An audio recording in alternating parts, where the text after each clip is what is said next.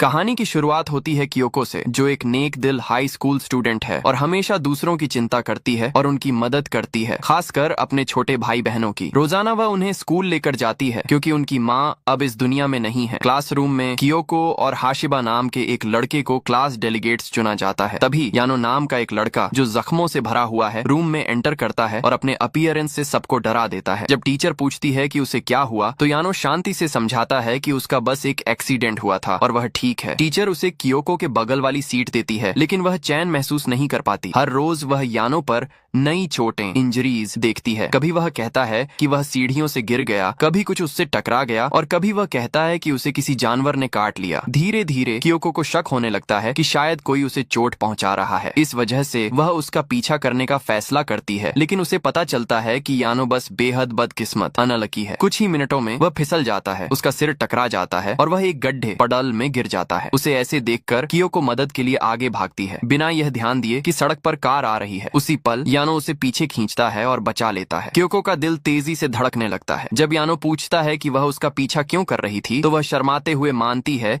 कि वह उसके लिए बहुत चिंतित थी और जानना चाहती थी कि उसे बार बार चोट कैसे लग रही है। ये सुनकर यानो हल्का सा मुस्कुराता है और उससे कहता है कि उसकी चिंता बहुत अच्छी है। अगले दिन यानो स्कूल नहीं आता, जिससे कियोको और भी परेशान हो जाती है। उसकी दोस्त इसुमी मजाक में पूछती है कि क्या वह यानो को पसंद करती है, लेकिन कियोको इनकार कर देती है, ये कहते हुए कि वह बस इस बात से परेशान है कि कहीं कुछ बुरा ना हो गया हो। जल्दी ही टीचर आती है और बताती है कि यानो हॉस्पिटल में है क्योंकि उसका एक ट्रक के साथ एक्सीडेंट हो गया था। चिंता से घिरकर कियोको बेहोश हो जाती है। स्कूल के बाद वह तुरंत हॉस्पिटल भागती है। यानो बताता है कि उसका बैग एक ट्रक में फंस गया था और जब उसने ट्रक को खुद से टकराने से रोकने की कोशिश की तो वह गिर गया। उसे सही सलामत देखकर कियोको को बहुत राहत मिलती है और वह इतना सब कुछ सहने के लिए उसका शुक्रिया अदा करती है। वह ऑफर करती है कि जब भी उसे चोट लगेगी वह उसका इलाज करेगी। हालांकि यानो प्यार से मना कर देता है, यह कहते हुए कि उसे अक्सर चोट लगती रहती है और वह उसे हर वक्त परेशान नहीं करना चाहता। जैसे ही वह जल्दी से जाने की कोशिश करता है,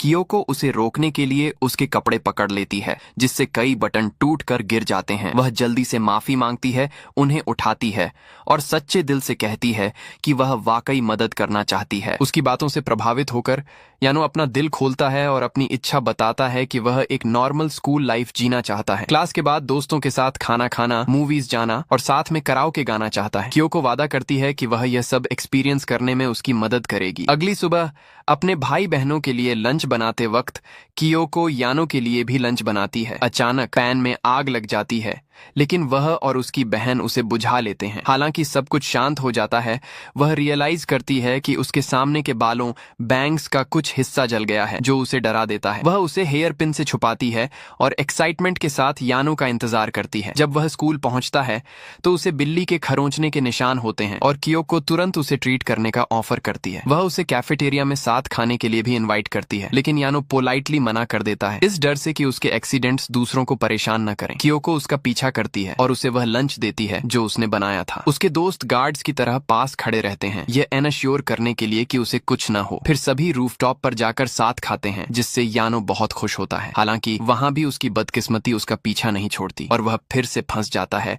जिससे सबको मदद के लिए भागना पड़ता है। इसी बीच यह पता चलता है कि इसुमी चुपके से हाशिबा को पसंद करती है, जो उसका बचपन का दोस्त है और काफी पॉपुलर भी है। लेकिन हाशिबा सिर्फ कियोको को पसंद करता है। इसुमी उदास महसूस करती है जब वह देखती है कि फिजिकल एजुकेशन क्लास के दौरान कियोको लगातार यानो पर नजर रखती है और ध्यान से उसकी चोटों का इलाज करती है। कियोको मैच को अंत तक खेलने के लिए यानो की तारीफ करती है और उसे बताती है कि वह खुश है कि वह उसका ख्याल रख पाई। जैसे ही ये शब्द उसके मुंह से निकलते हैं, उसे रियलाइज होता है कि यह एक कन्फेशन जैसा लगा और वह शर्मिंदा हो जाती है। यानो हालांकि इस पर ध्यान नहीं देता और बस मदद के लिए उसका शुक्रिया अदा करता है। बाद में जब वे साथ में डॉक्यूमेंट्स ऑर्गेनाइज कर रहे होते हैं, हाशिबा अचानक कियोको से पूछता है कि क्या वह और यानो डेट कर रहे हैं। घबराहट में वह मना कर देती है। जब हाशिबा सीधे पूछता है कि क्या वह यानो को पसंद करती है, कियोको शॉक हो जाती है और पूछती है कि उसे कैसे पता। हाशिबा जवाब देता है कि यह उसके बिहेवियर से साफ दिखता है। फिर वह कन्फेस करता है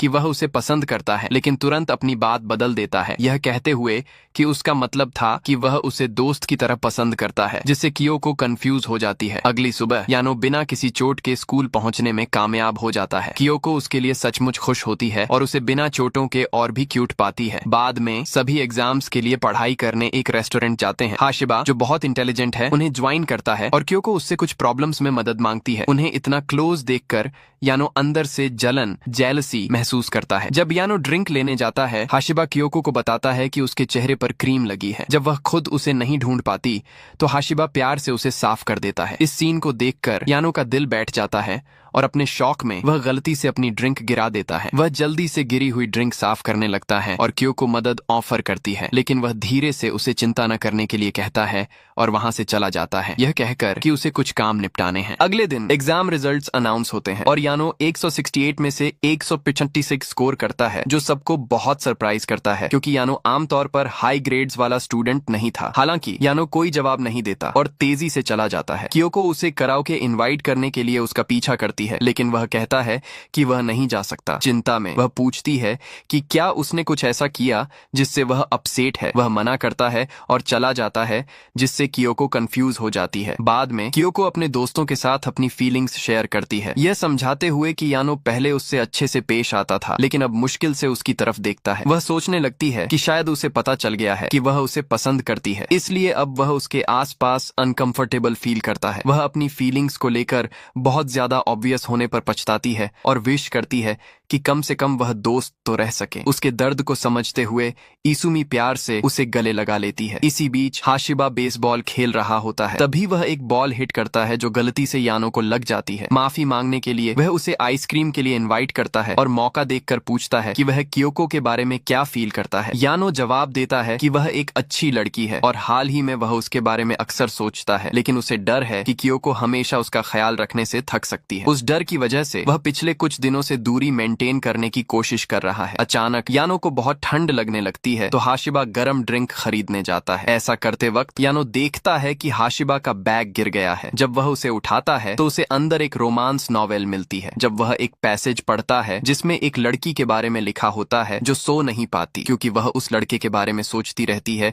जिसे वह पसंद करती है और क्लास में फोकस नहीं कर पाती। यानो को रियलाइज होता है कि बिल्कुल वही चीजें उसके साथ हो रही हैं जब भी वह कियोको के बारे में सोचता है। उसी पल वह समझ जाता है कि उसे प्यार हो गया है। अगले दिन यानो के बालों में पत्ते फंसे होते हैं, क्योंकि वह एक पेड़ की टहनी से टकरा गया था। कियोको प्यार से उन्हें हटाने में मदद करती है, लेकिन फिर रुक जाती है, ये सोचकर कि शायद वह उसे अनकंफर्टेबल कर रही है। जल्दी ही टीचर आती है और सबको अपनी बुक्स निकालने के लिए कहती है। क्योंकि यानो अपनी बुक भूल गया था, वह कियोको के साथ शेयर करता है। उनकी नजदीकी दोनों को नर्वस कर देती है, खासकर तब जब कियोको गलती से उसके हाथ से टच हो जाती है और जल्दी से पीछे हट जाती है। अपनी घबराहट में यानो बुक को बहुत अचानक पकड़ता है और पेजेस से उसकी उंगली कट जाती है। कियोको प्यार से उसकी शर्ट को करीब खींचती है और ध्यान से उसकी उंगली पर बैंडेज लगाती है। वह छोटा सा जेस्चर यानो के दिल को गहराई से छू जाता है और अपनी फीलिंग्स को और दबा न पाते हुए वह कन्फेस करता है कि वह उसे पसंद करता है। चौंक कर कियोको शॉक में खड़ी हो जाती है। जैसे ही रिसेस की बेल बजती है, वह यानो को रूफ टॉप पर ले जाती है और पूछती है कि वह किस तरह का पसंद मतलब रखता है, ये डरते हुए कि शायद यह सिर्फ दोस्त के तौर पर हो। यानो फिर उसे ईमानदारी से बताता है कि वह उसे सचमुच पसंद करता है, कि वह सबसे ज्यादा खुश तब होता है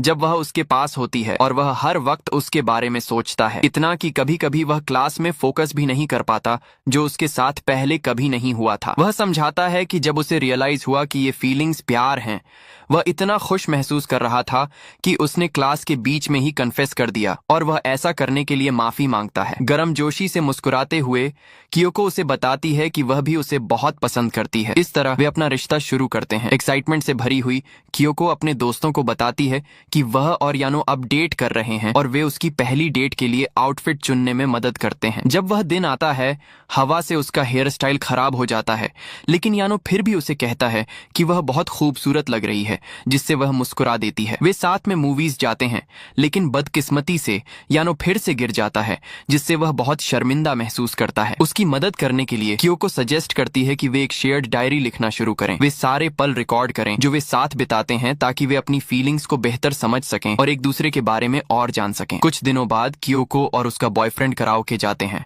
और स्कूल में काफी वक्त साथ बिताते हैं, जो हाशिबा को चुपचाप उदास कर देता है। जल्दी ही गर्मी की छुट्टियां आ जाती हैं जाने से पहले कियोको यानो को डायरी देती है और बताती है कि उसने अंदर एक सवाल छोड़ा है, ये पूछते हुए कि वह आई पैच क्यों पहनता है। ये सवाल यानो को परेशान कर देता है। अगले दिन कियोको अपने दोस्तों और अपने बॉयफ्रेंड के साथ एक फेस्टिवल अटेंड करने की तैयारी करती है। जब यानो उसे देखता है वह उसे कहता है कि वह बहुत प्यारी लग रही है। वे फेस्टिवल में घूमते हैं और एंजॉय करते हैं जब तक वे एक गेम स्टॉल पर नहीं पहुंचते जहां प्लेयर्स को रिंग्स जीतने के लिए टारगेट को हिट करना होता है। कियोको अपने दोस्तों से कहती है कि जब वह छोटी थी तो उसे हमेशा उनमें से एक रिंग चाहिए थी और यानो उसकी बातें सुन लेता है। वे खेलना जारी रखते हैं, लेकिन जल्दी ही कियोको रियलाइज करती है कि यानो अब उसके बगल में नहीं है। वह पैनिक करने लगती है, याद करते हुए कि उसकी माँ की मौत एक फेस्टिवल के दौरान कार से टकराने के बाद हुई थी। यह याद उसे डर से भर देती है। जब यानो आखिरकार वापस आता है और देखता है कि वह कितनी परेशान है तो वह उसके लिए बहुत चिंतित हो जाता है। अब शांत होकर कियोको अपने दोस्तों के साथ फेस्टिवल में घूमना जारी रखती है। जल्दी ही जारुतो यानो से पूछता है कि वह पहले कहाँ गायब हो गया था। जवाब देने के बजाय यानो प्यार से कियोको को अपना हाथ आगे बढ़ाने के लिए कहता है। जब वह ऐसा करती है वह उसकी उंगली में वह रिंग पहना देता है जो उसने पहले पसंद की थी और समझाता है कि टारगेट को हिट करने में उसे कई कोशिशें लगी, इसलिए वह इतनी देर से वापस आया। वह उसे चिंता करवाने के लिए माफी भी मांगता है। टच होकर और खुश होकर कियोको सच्चे दिल से गिफ्ट के लिए उसका